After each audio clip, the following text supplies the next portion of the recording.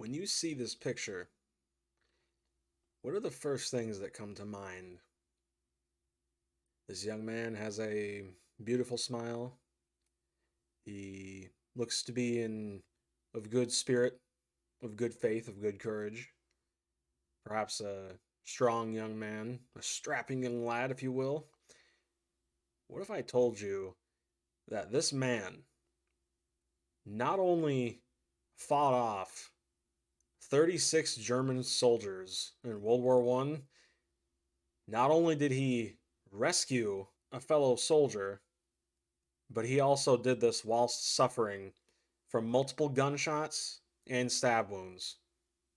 Yes, that's right, ladies and gentlemen. This is the story of an American hero, the story of William Henry Johnson. William Henry Johnson was born in Winston-Salem, North California, on July 15th, 1892. When he registered for the World War I draft, however, some sources say this could be wrong due to the fact that he used other dates on other documents, meaning he could be a little bit older, could be a little bit younger, but that doesn't really matter. Johnson's early teens were spent in Albany, New York, where he worked a couple different jobs during his time there. I think he worked as like a chauffeur, a soda mixer, but basically just a bunch of blue collar part time jobs, but in today's standards. On June 5th, 1917, Johnson, as a 5 foot 4 inch tall man, enlisted in the United States Armed Forces. He joined the New York National Guard 15th Infantry Regiment, later redesigned the 369th Infantry Regiment, also known as the Harlem Hellfighters. Now, General John J. Pershing, Commander in Chief of the AEF on the Western Front, wanted to keep all American forces autonomous, but ultimately loaned the 369th to the 161st Division of the French Army. Now, there were some rumors, all just that, rumors, that the unofficial reason why he loaned them was due to supposedly some white soldiers were refusing to fight alongside them.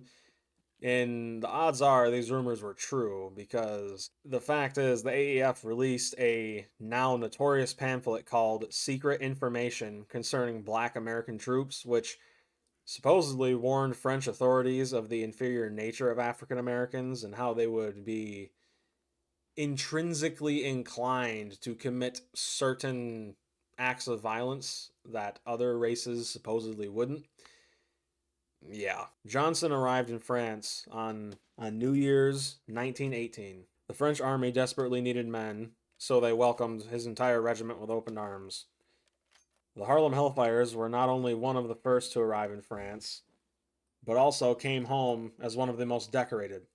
The French army assigned Johnson's regiment to Outpost 20 on the edge of the, I'm probably going to butcher this, Argonne Forest in the Champagne region of France. On observation duty, the night of May 14th, 1918, a German raid party of roughly 36 men attacked.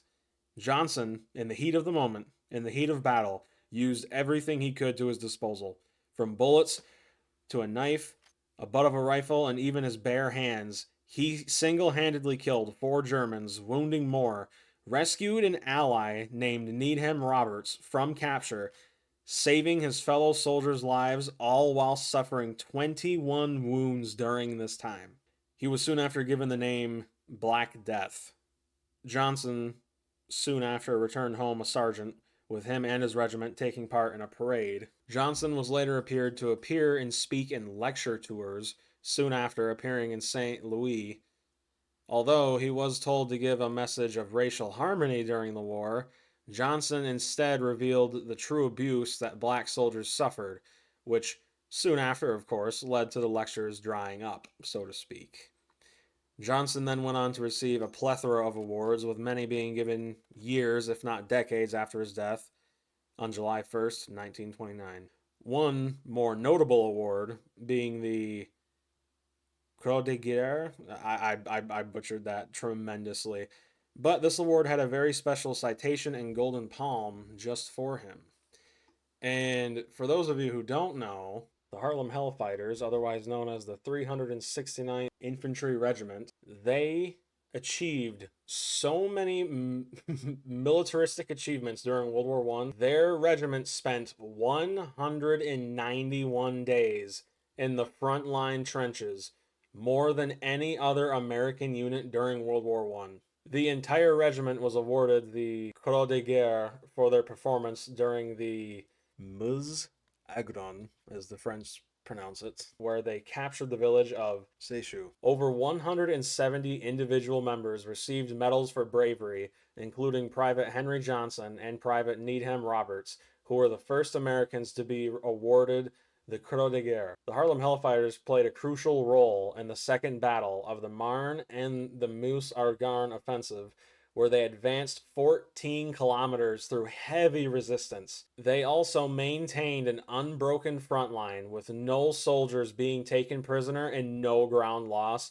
despite suffering over 1,000 casualties. Honestly, the list just goes on and on and on. These were only just a couple of the many accomplishments this group of men managed to achieve, and that's not even talking about all of the amazing civil rights movements that these men probably unknowingly helped accomplish, right? And in the end, I really wanted to just make this video because you never see people talking about the brave men and women who have served this country, who have literally sacrificed everything they hold dear, their own personal health, their own personal well-being, their own comfort, their literally everything.